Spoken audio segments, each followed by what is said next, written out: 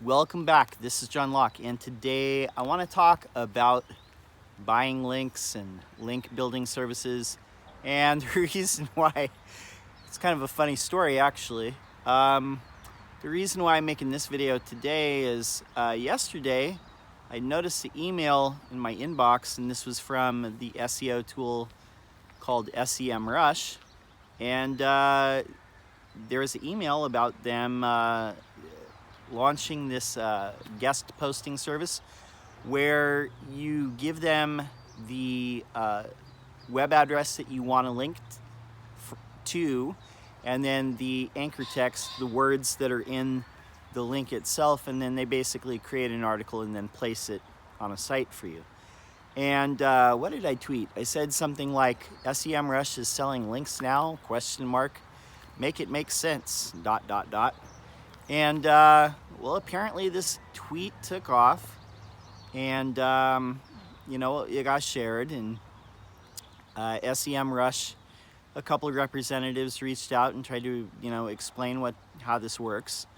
And there were some other people in the SEO community that uncovered how they were doing this, or basically using pay-to-play websites where basically you can pay them a certain amount of money and publish an article there. So they were saying basically this is all white hat, above board, with the rules type of link building. And Google representative John Mueller, who is most often seen as the liaison between the Google search team and people who are SEO consultants, he said, no, this is an unnatural link building scheme. So anyway, needless to say, I got about 100 new Twitter followers over the last 24 hours. And yeah, this tweet and the subsequent conversations were, basically there's a lot of interaction there. But let's talk about this, because some people were asking me this morning as well. They were looking at some other link building services, and they're saying, how is this different, SEMrush's link building service, from some of these other ones? Okay, so for one, with hyperlinks that go from one site to another, say if somebody links from your site or links to your site from another site, and it's from a respected website, something like the NewYorkTimes.com or Time.com or something like that. Or maybe you're on the front page of Yahoo, or you're the front page of Bloomberg or something like that. Those are good links to have. Those flow what we call link equity. Back in the day, we used to call this link juice. People don't like that term, but basically that link voting power goes into your site. Now nowadays, Google's pretty sophisticated about it, and they're looking for links from other sites that are within your category, within your industry. Those types of links have a positive effect on your website. Now, here's where the problem comes in, is a lot of people don't cultivate relationships within their industry, and so, or they are not good at creating content, and so they're not getting people naturally linking to pages that they create, or resources, or blog posts, or whatever it is. And so they resort to this tactic of buying links. Now, the type of links that are very, very bad, and what I call link placement deployment objects. Yes, we'll go with that. Link placement deployment objects. These are articles that you're buying. If any type of service says, all you need to give us is the anchor text, the URL, the web address that you want to link to, and your credit card number, that is probably a bad link. And in fact, put this out, Tom Rayner of Raynernomics actually did an experiment like this. I'll try and link his tweet down below as well. But he said that he, just for shits and giggles, bought some of these links from SEMrush. Then he put them through SEMrush's Link Audit tool, which basically identifies so-called toxic links, links that you should disavow, which again, I'm going to tell you, do not disavow any links unless you are engaged in black hat link building.